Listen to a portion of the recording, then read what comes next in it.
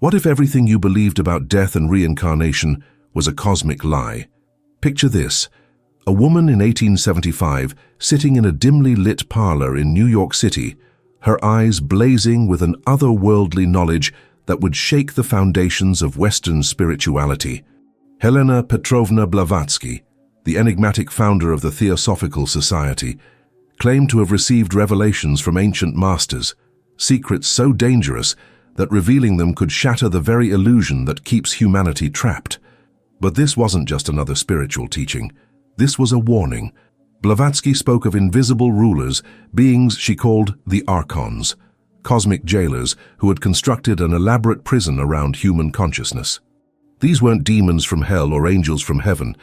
They were something far more insidious, the architects of a recycling system that captured souls after death and fed them back into endless cycles of suffering and forgetting. The wheel of samsara, she revealed, wasn't a natural law of spiritual evolution. It was a machine, a harvesting mechanism designed by entities who fed on human experience, emotion, and the very essence of consciousness itself. Every time you died, instead of returning to the source, you were caught in their net. Your memories wiped, your soul compressed and repackaged for another lifetime of unconscious servitude. The most terrifying part? Most people welcomed it. They called it divine justice, karma, the natural order. They never suspected they were livestock in a cosmic farm. Blavatsky's revelations didn't come from books or meditation. They came from direct contact with beings who had escaped this system, the true masters who existed beyond the Archon's reach. These entities had been trying to warn humanity for millennia, speaking through Gnostic texts, mystery schools, and now through a Russian woman who dared to speak the unspeakable. But why reveal this now? Why break the silence that had protected this knowledge for thousands of years? Because the Archons were growing stronger. Their harvesting was becoming more efficient, and humanity was running out of time to break free from the wheel that kept their souls in eternal bondage. If you're ready to discover the truth that could shatter everything you thought you knew about life, death, and what lies beyond, then subscribe to this channel and hit that like button. Because what comes next will challenge every spiritual belief you've ever held. Helena Petrovna Blavatsky wasn't supposed to exist. Born in 1831 in the Russian Empire, she came into a world where women were expected to marry, bear children, and remain silent about the mysteries of existence. But from childhood, Helena was different. She spoke to invisible beings, predicted events before they happened, and displayed psychic abilities that terrified even her own family. By the age of 18, she had married a man 3 times her age and promptly fled, not just from marriage, but from everything conventional society expected of her. For the next 20 years, she vanished into a world that few Westerners had ever imagined: the hidden monasteries of Tibet, the secret schools of Egypt, the underground temples of India, where ancient knowledge still pulsed with living power. This wasn't tourism. This was initiation. The masters she encountered during these lost decades weren't the benevolent guides that New Age spirituality would later romanticize. They were refugees, beings who had escaped the Archon's recycling system and now worked from the shadows to help others break free. They had learned to navigate death without falling into the traps that captured most souls, and they were desperate to pass this knowledge to humanity before it was too late. What Blavatsky discovered during her training would have driven most people insane. The reality of our existence was nothing like what religions taught. Earth wasn't a school for spiritual growth. It was a prison planet, designed to keep souls locked in cycles of reincarnation, while their life force was harvested by entities that existed just outside human perception. The Archons, she learned, weren't supernatural beings from some distant realm. They were the forgotten rulers of our reality, operating from the spaces between dimensions, manipulating the very fabric of death and rebirth to serve their own incomprehensible purposes. But knowledge always comes with a price. The more Blavatsky understood about the true nature of reality, the more she realized how thoroughly humanity had been deceived. Every major religion contained fragments of truth wrapped in layers of archonic distortion. Reincarnation wasn't a gift from a loving universe. It was a trap. Karma wasn't divine justice. It was programming designed to keep souls compliant and accepting of their fate. When she finally returned to the Western world in the 1870s, Blavatsky faced an impossible choice: remain silent and allow humanity to continue its unconscious march towards spiritual extinction, or speak the truth and face persecution, ridicule, and attacks from both religious institutions and the very archonic forces she was exposing. She chose revelation. In 1875, she founded the Theosophical Society in New York City, creating the first Western organization dedicated to unveiling the hidden truths about consciousness, death, and the forces that controlled human destiny. But she had to be careful. The ARCHONS had agents everywhere, in churches, governments, and even among those who claimed to seek spiritual truth. Her books, Isis Unveiled and The Secret Doctrine, became encoded transmissions, containing the knowledge needed to escape the wheel while disguised as complex philosophical texts that most readers couldn't fully decode. Only those ready for the truth would understand the deeper layers of what she was really saying. The danger was real. Those who learned to see through the archonic illusion often faced mysterious deaths, madness, or simply disappeared from history altogether. Blavatsky herself endured decades of attacks, accusations, and attempts to discredit her work. But the knowledge survived, hidden in plain sight, waiting for those brave enough to look beyond the comfortable lies of conventional spirituality. Before we go deeper into these dangerous revelations, I'm curious, what city in the United States are you watching from, or what country around the world is this content reaching? Leave it in the comments below. I really want to know where this message is finding you. In the basement of a brownstone on East 47th Street in Manhattan, Helena Blavatsky gathered a small circle of seekers on a cold November night in 1877. The gas lamps flickered as she prepared to reveal something that would change their understanding of existence forever. "What you call death," she began, her Russian accent thick with urgency, "is not an ending. It is processing." The room fell silent. Even the city noise outside seemed to pause, as if reality itself was listening. Blavatsky described what her masters had shown her during her years of training. The moment of death was not a release into light or judgment before God. Instead, it was the beginning of a carefully orchestrated procedure designed to capture, process, and recycle human consciousness.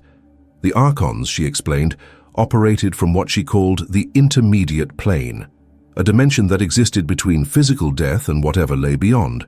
When a person died, their consciousness naturally began to rise toward the source, the original light from which all souls emerged. But the ARCHONS had constructed a series of barriers, illusions, and traps specifically designed to intercept this journey. "Imagine," she said, her eyes reflecting the lamplight like mirrors, "a fisherman who casts his net not in water, but in the very fabric of eternity itself." The first trap was familiar comfort. As consciousness began to separate from the physical body, the ARCHONS would project illusions of dead relatives, religious figures, or peaceful scenes designed to attract the departing soul. These weren't actual spiritual beings. They were constructs, sophisticated lures that redirected consciousness away from its natural trajectory toward freedom. The second trap was judgment. Souls who resisted the first illusion would find themselves before beings who appeared to be divine judges, complete with books of records, scales of justice, and pronouncements about karma and spiritual debts. This wasn't divine justice. It was cosmic bureaucracy designed to convince souls that they needed to return to Earth to balance their spiritual accounts. The third trap was choice. Souls who somehow navigated both comfort and judgment would be presented with what appeared to be a menu of new lives, each seemingly designed to help them learn lessons or evolve spiritually. But every choice led to the same destination: another lifetime of unconscious servitude within the archonic system. "The cruelest joke," Blavatsky whispered, "is that they make us choose our own cages." But the most insidious aspect of the entire system was memory erasure. Before being inserted into a new incarnation, souls underwent a process that Blavatsky's masters called the washing. Every memory of who they truly were, where they came from, and what they had learned in previous lives was systematically removed. They entered each new existence as blank slates, completely ignorant of their eternal nature and the reality of their situation. This wasn't natural forgetfulness. It was engineered amnesia, designed to prevent souls from accumulating enough awareness across lifetimes to recognize the trap and escape it. The Wheel of Samsara, revered in Eastern religions as a sacred cycle of spiritual growth, was revealed to be something far more sinister. A harvesting mechanism that ensured a constant supply of fresh consciousness for the ARCHONS to exploit. Human emotions, experiences, and life energy weren't just byproducts of existence. They were the actual crop being harvested. As Blavatsky finished describing this cosmic horror, one of her listeners, a prominent businessman who had come seeking spiritual comfort, stood up abruptly and left without a word. He was never seen again, but others remained, their faces pale with recognition. They had felt it all their lives, the sense that something was wrong with reality, that behind the facade of normal existence lurked something vast and predatory. The question, Blavatsky said as the gathering drew to a close, is not whether this is true. The question is, what are you going to do about it? If this revelation is making sense to you, if something deep inside is recognizing this truth, comment below and share this video with others who need to hear this message.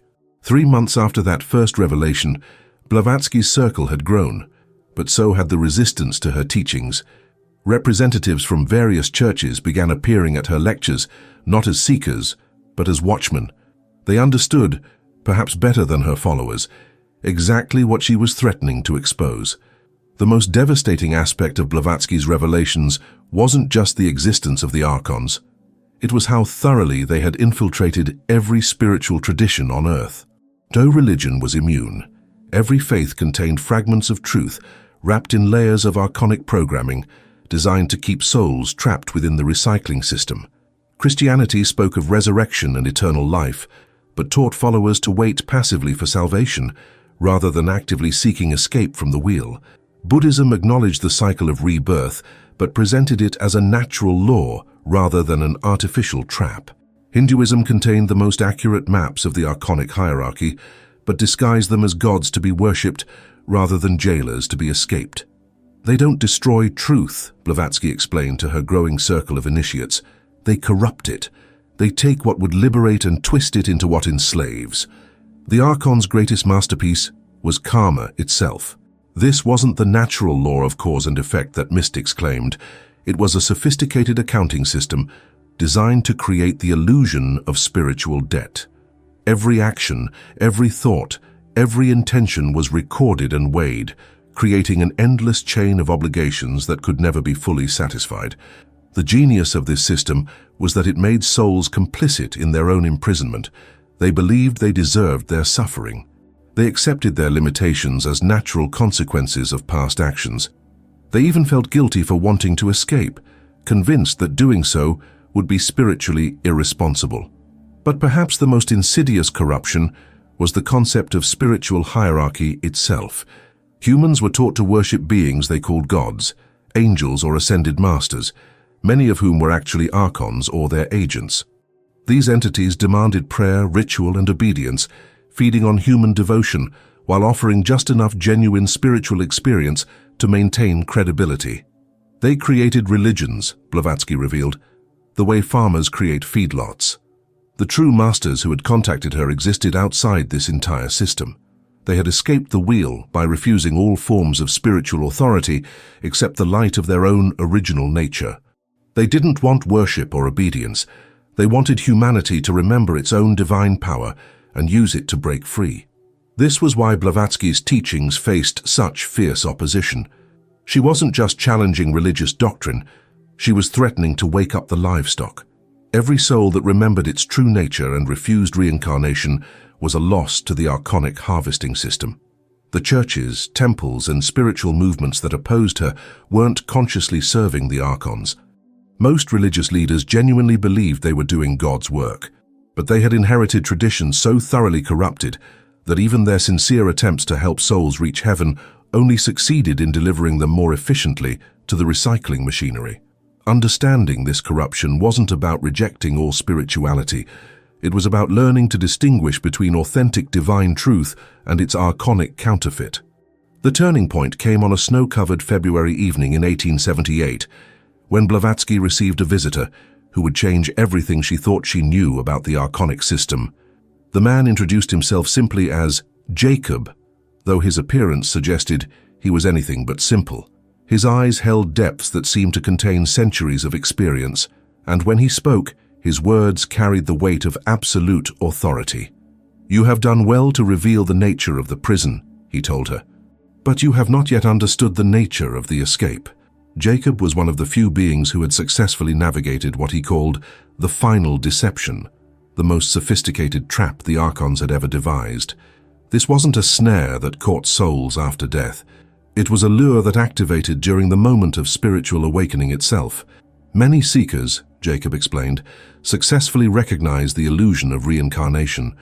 They see through the false light that appears at death, they refuse the judgments and choices offered by archonic beings, and they begin to move toward true liberation. And that is precisely when the deepest trap activates. As consciousness rose beyond the recycling system, it encountered what appeared to be the ultimate spiritual experience, a brilliant, overwhelming light that felt like the source itself.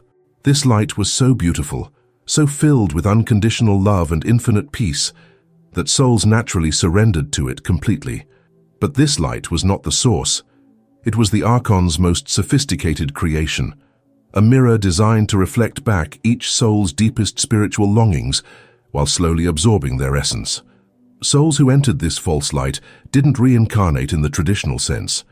They were dissolved into a collective consciousness that the ARCHONS used as a kind of spiritual battery, providing the energy needed to power their entire reality manipulation system. "The irony," Jacob said with bitter laughter, "is that they use our own enlightenment against us." This revelation shattered something fundamental in Blavatsky's understanding. She had spent decades learning to recognize and avoid the obvious traps, the comfort of familiar faces, the authority of false judges, the seduction of spiritual choice. But how could anyone resist the ultimate spiritual experience itself? "The same way," Jacob replied to her unspoken question, "that you learn to resist everything else, by remembering that you are not seeking an experience. You are seeking to remember what you are." The true source, he explained, wasn't something to be experienced or merged with. It was what you already were beneath all the layers of illusion and programming. The path to freedom wasn't about finding the right light to follow. It was about recognizing that you yourself were the light the ARCHONS had spent millennia trying to capture.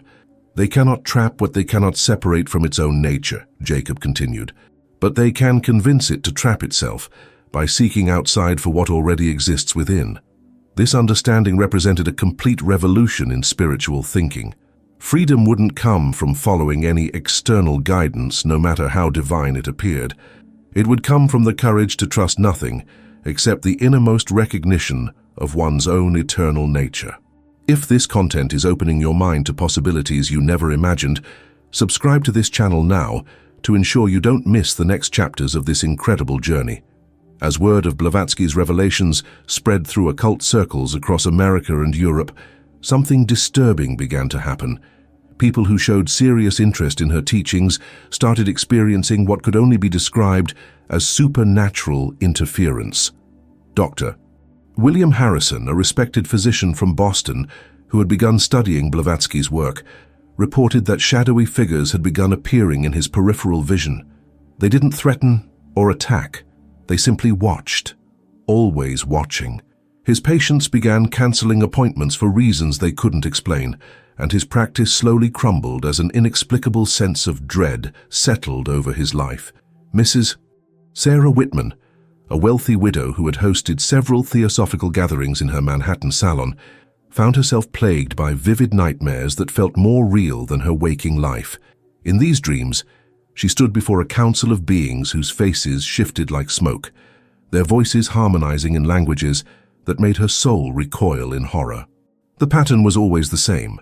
Those who moved beyond casual curiosity about Blavatsky's teachings and began to seriously contemplate the reality of the archonic system found themselves under surveillance by entities that seemed to exist just outside normal perception. Blavatsky called them the Watchers, archonic agents specifically tasked with monitoring human consciousness for signs of awakening. These beings didn't operate through dramatic supernatural manifestations. They were far subtler than that, influencing reality through what appeared to be coincidence, synchronicity, and the natural flow of events. A student would suddenly lose interest in pursuing the teachings, convinced by a perfectly rational argument that appeared in their mind as if it were their own thought. A supporter would face a manufactured crisis that required all their attention, leaving no time for spiritual study. A seeker would encounter a charismatic teacher, offering a more comfortable version of truth that satisfied their need for answers without threatening the system. They are shepherds, Blavatsky warned her inner circle, and we are the sheep they will not allow to stray too far from the flock. But the Watcher's most sophisticated tool was doubt itself. They didn't need to disprove Blavatsky's revelations. They simply needed to plant the seed of uncertainty. Was she really in contact with liberated masters, or was she delusional? Were the Archons actual entities or simply psychological projections? Was the recycling system real, or just another spiritual fantasy? These questions weren't meant to be answered. They were meant to create a loop of endless speculation that kept seekers trapped in their minds rather than trusting their deeper knowing. The more dangerous a person became to the archonic system, the closer they came to genuine understanding and potential escape, the more intense the surveillance became. Some simply disappeared from history, their names erased from records as if they had never existed. Others went mad, their minds shattered by contact with realities they weren't prepared to handle. But a few learned to navigate this supernatural obstacle course, developing what Blavatsky called the art of invisible walking, techniques for pursuing liberation while remaining invisible to the watchers who guarded the prison. Like this video right now if you're ready to learn these hidden techniques, because what's coming next could literally save your soul. In her private journals, never intended for publication, Blavatsky wrote her most chilling prophecy. The Archons are not content with the slow harvest of individual souls through death and reincarnation. They are building something new, something that will allow them to process consciousness on an unprecedented scale. She was describing the technological age that was still decades away, but her masters had shown her visions of a future where the harvesting of human awareness would become automated and industrial. What Blavatsky saw was a world where people would voluntarily connect their minds to machines that fed on attention itself. These devices would be presented as tools of connection, entertainment, and information, but their true purpose would be to create a constant stream of consciousness directly accessible to archonic entities. Every scroll through social media, every binge-watched series, every hour spent lost in digital entertainment would represent microtransactions of awareness being transferred to the harvesting system. Humans would become willing participants in their own processing, never recognizing that their attention was being systematically farmed. They will not need to wait for death, she wrote. They will feed on the living. The genius of this modern system was that it eliminated the risks inherent in the traditional death and reincarnation process. Some souls had always managed to escape during the vulnerable transition between lives. But if consciousness could be harvested continuously while people were still alive, there would be no opportunity for awakening or escape. The digital age would also provide perfect cover for archonic influence. Any unusual thoughts, strange impulses, or out-of-character behaviors could be dismissed as the effects of too much screen time or social media addiction. The watchers could operate openly, hiding their supernatural surveillance within the framework of normal technological monitoring. Most insidious of all was how the modern harvesting system would corrupt human relationships and spiritual seeking itself. People would mistake digital connection for real intimacy, virtual experiences for genuine awakening, and algorithmically generated content for authentic truth. The Archons wouldn't need to suppress spiritual knowledge anymore. They would simply ensure that it was buried beneath an avalanche of misinformation, conspiracy theories, and New Age distraction. Seekers would spend lifetimes chasing digital breadcrumbs that led nowhere, convinced they were on a path to enlightenment while remaining completely trapped within the system. But Blavatsky also saw hope in these visions. The same technology that could be used for harvesting could also be used for liberation, if enough people learned to recognize the difference between authentic awakening and its digital counterfeit. The question was whether humanity would wake up in time. By 1880, Blavatsky's inner circle had dwindled to fewer than a dozen people, not because her teachings had been disproven, but because they had proven too dangerous to pursue.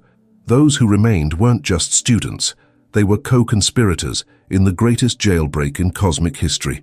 On the winter solstice of that year, she gathered them in a remote cabin in the Adirondack Mountains, far from the watchers who monitored their usual meeting places.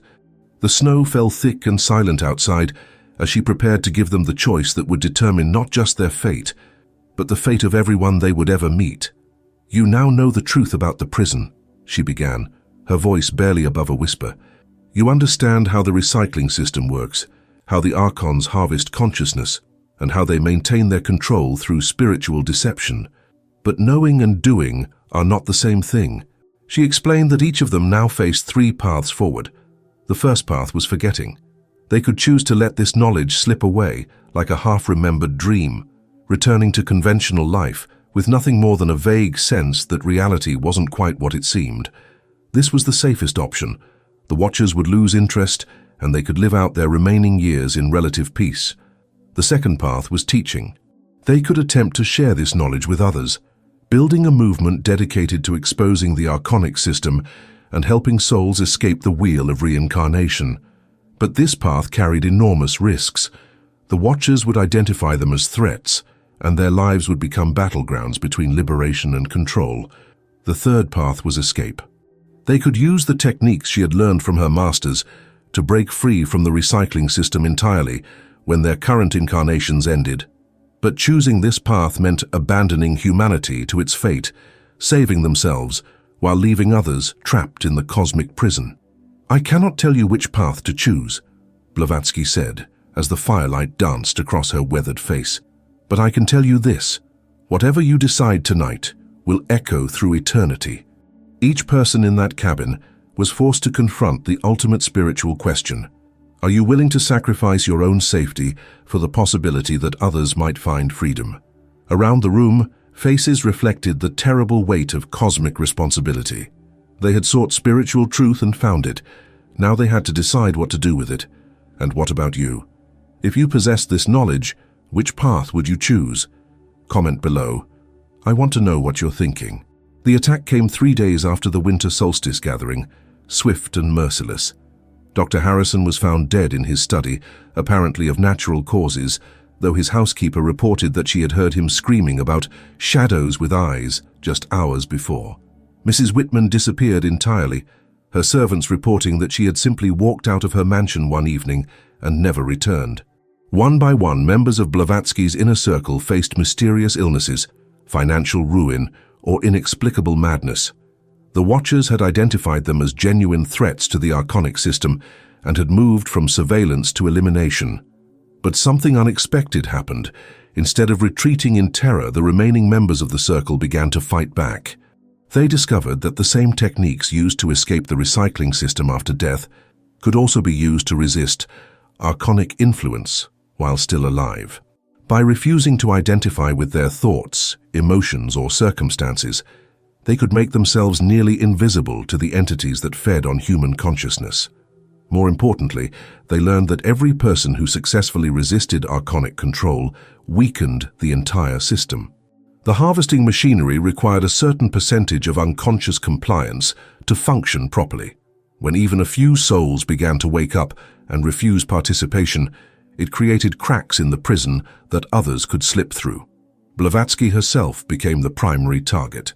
The Watchers surrounded her with an almost visible darkness, attacking through her health, her reputation, and her sanity. Newspapers published articles questioning her credibility. Former supporters denounced her as a fraud. Her own body began to fail as supernatural forces pressed against her life force. But she had one final card to play. Working in absolute secrecy, she began encoding everything she had learned into books that would survive long after her death. The Secret Doctrine and her other published works weren't just philosophical texts. They were instruction manuals for escaping the cosmic prison, disguised as academic discourse to avoid archonic detection. She scattered the keys to freedom throughout her writings like seeds in fertile ground, knowing that someday, when humanity was ready, these seeds would sprout into a revolution of consciousness that no amount of supernatural interference could stop. The final battle wasn't between good and evil, light and darkness, or any other simplistic duality. It was between those who chose conscious awakening and those who preferred unconscious sleep. And the outcome would determine whether humanity remained livestock in the Archonic farm or finally remembered its true nature as sovereign beings of unlimited creative power. Share this video with someone who needs to hear this message, because what happens next depends on how many people wake up. Helena Blavatsky died on May 8, 1891, but not in the way the ARCHONS expected. In her final moments, instead of following the false light that appeared to guide her toward the recycling machinery, she did something that had never been attempted before. She turned her attention inward, past every thought, emotion, and sensation, until she reached the place that had never been born and could never die. From that place of absolute stillness, she simply refused to leave. The archonic entities that came to collect her consciousness found nothing to grasp. She had become transparent to their influence, like trying to capture empty space with a net. For the first time in their existence, they encountered a human being who remembered what she was before the prison was built. But her escape was not selfish. From beyond the veil, she continued to plant seeds of awakening in human consciousness, working with other liberated beings to create cracks in the archonic system that grew wider with each passing generation. The key she left behind was beautifully simple. Stop seeking, start remembering. You are not a soul trapped in a body, working to evolve through countless lifetimes. You are eternal consciousness that has never been separate from its source, temporarily dreaming of limitation. The Archons can only harvest what believes itself to be separate, small, and in need of salvation. The moment you recognize your own unlimited nature, not as an idea or belief but as your most fundamental reality, the entire prison becomes transparent. The wheel stops turning. The harvesters find nothing to collect. Freedom isn't something you achieve through spiritual practice. It's something you are right now beneath every layer of programming and illusion. The only question remaining is, will you remember in time? If you've followed this journey to the end, subscribe to this channel, give this video a thumbs up, and share in the comments what resonated most deeply with you. Your awakening is the key to everyone else's freedom.